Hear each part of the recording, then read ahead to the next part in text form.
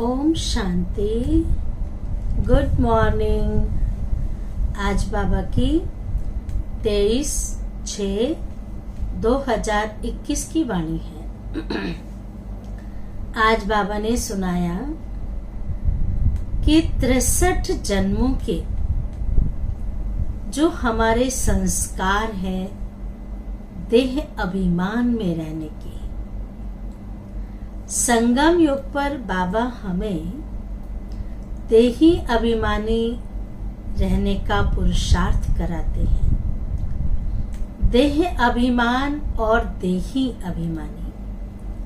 देह अभिमान माना अहंकार, किसी न किसी प्रकार का अहंकार। देह का अहंकार, मैं बहुत सुंदर हूँ, रूपवान हूँ। पोस्ट पोजीशन का अहंकार, मैं डॉक्टर हूँ, मैं वकील हूँ, मैं जज हूँ, किसी भी प्रकार का बहुत बड़ा बिजनेसमैन हूँ। लेकिन बाबा ने इस अहंकार से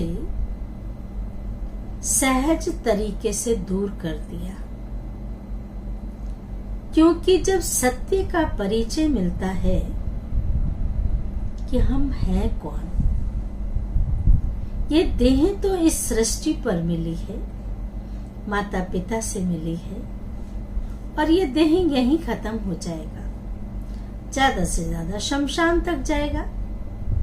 लेकिन जो साथ जाने वाली चीज है, शरीर को चलाने वाली चीज है, जो इस देह के अंदर भ्रिकुटी के बीच में जो देही है, वो आत्मा है। तो सतयुग त्रेता युग तो हम आत्म अभिमानी रहने का पुरुषार्थ करते हैं।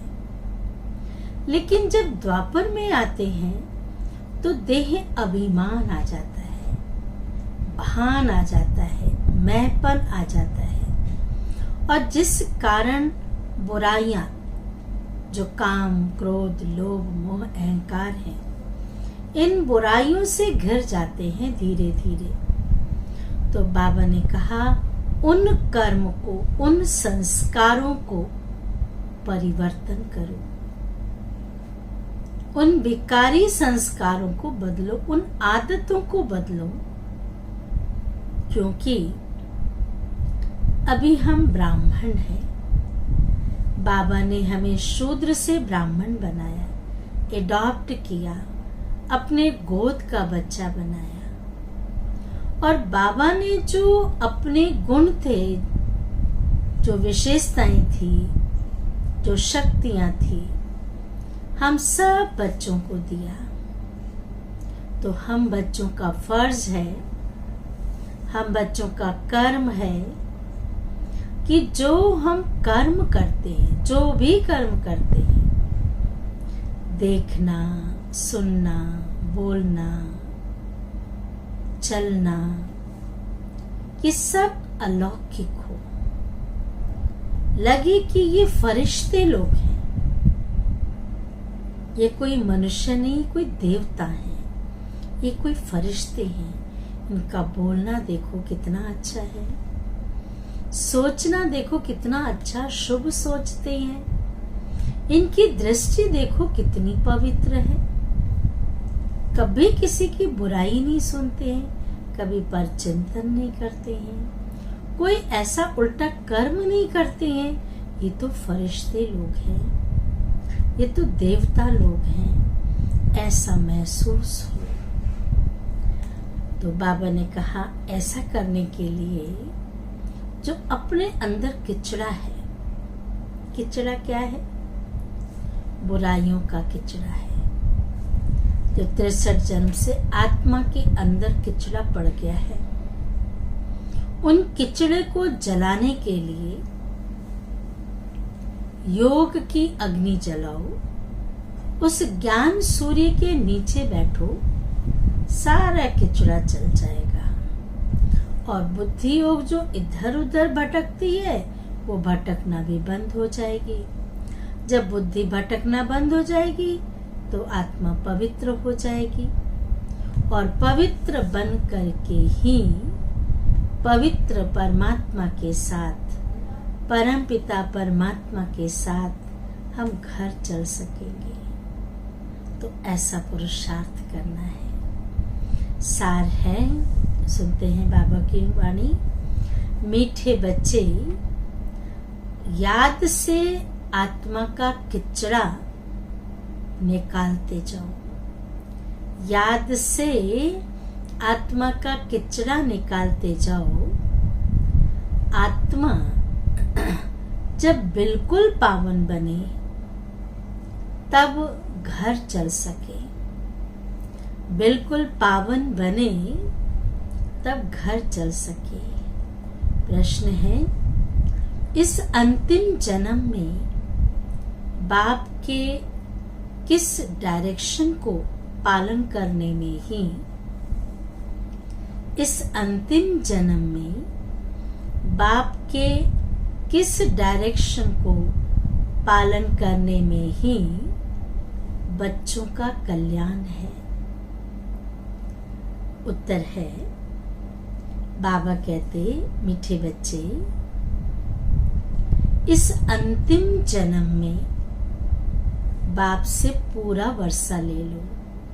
फिर ऐसा जन्म, ऐसा बाप, ऐसा पुरुषार्थ कराने वाला कोई नहीं मिलेगा। तो बाबा ने कहा, अंतिम जन्म में बाप से पूरा वर्षा ले लो। बुद्धि को बाहर में भटकाओ मत। बुद्धि को बाहर में भटकाओ मत। विष को छोड़ अमृत पियो, क्योंकि ये विकार क्या है? विष है, जहर है, सांप है, जो एक दूसरे को डसते रहते हैं। तो बाबा ने कहा, उनको छोड़ दो, अमृत पियो, जिससे आत्मा संतुष्ट हो, खुश हो, सुखी हो। ना केवल खुद, लेकिन अन्य को भी वो अमृत पिला सकते हैं। वो है ज्ञान अमृत। तो विष को छोड़ अमृत पियो। इस अंतिम जन्म में ही तुम्हें 63 जन्मों की आदत मिटानी है। अंतिम जन्म में ही 63 जन्मों की आदत मिटानी है। इसलिए रात दिन मेहनत कर देही अभिमानी बनो। रात दिन मेहनत कर देही अभिमानी बनो। ये थी बाबा की पुरुषार्थ की बातें कि बच्चे टाइम को व्यर्थ नहीं गवाओ, टाइम को सफल करो और मेहनत करके देही अभिमानी बनो।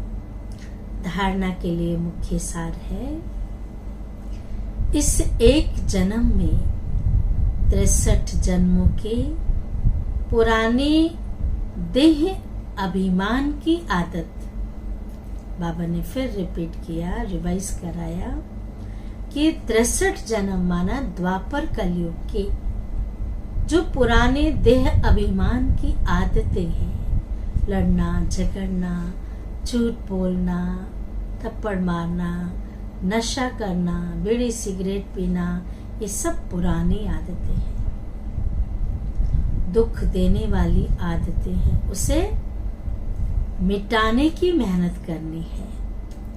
जितना हम ज्ञान योग सीखेंगे उतनी ही हमारी धारणाएं पक्की होंगी, उतनी ही वो पुरानी आदतें मिटती जाएंगी।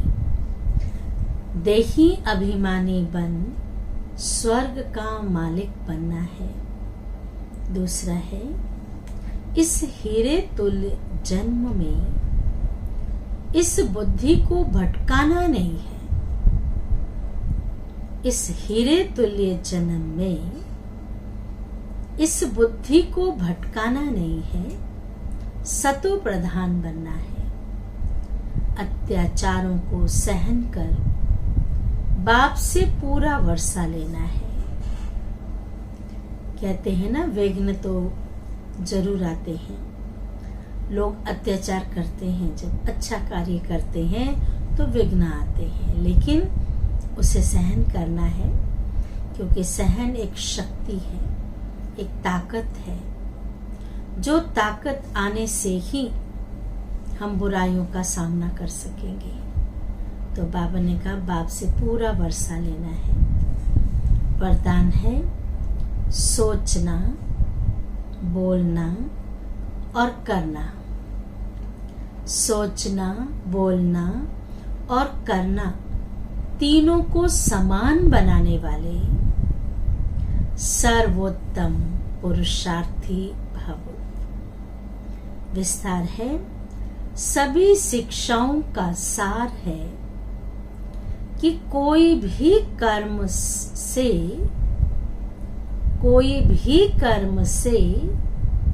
देखने, उठने, बैठने, चलने, सोने से, फिर से सुने, कि कोई भी कर्म से, चाहे देखने, उठने, बैठने, चलने या सोने से, 5 बातें हुई, सोने से फरिश्तापन दिखाई दे।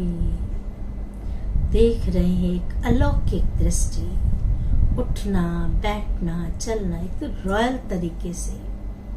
सोना भी सतो प्रधान होता है।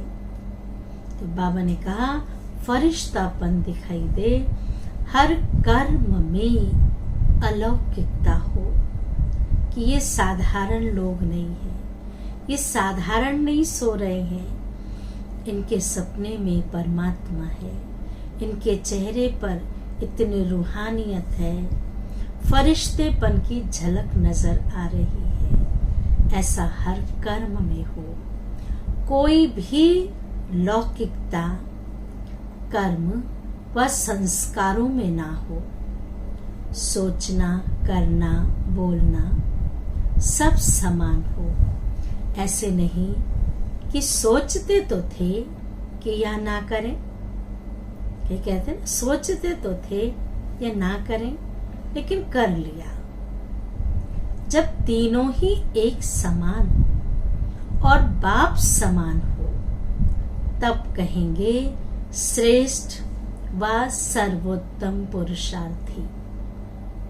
स्लोगन है, जिम्मेवारी उठाना, अर्थात ध्यान से सुनेंगे ये वाली लाइनें, जिम्मेवारी उठाना अर्थात एक्स्ट्रा दुआओं का अधिकारी बनना। जिम्मेवारी उसे दी जाती है जो संभाल सके, और जो जिम्मेवारी को बखूबी से निभाते हैं वो एक्स्ट्रा दुआएं प्राप्त करते हैं। तो बाबा ने कहा एक्स्ट्रा दुआओं का अधिकारी बनना। ये थी आज की बाबा की वाणी। अच्छा, ओम शांति, ओम शांति, ओम शांति।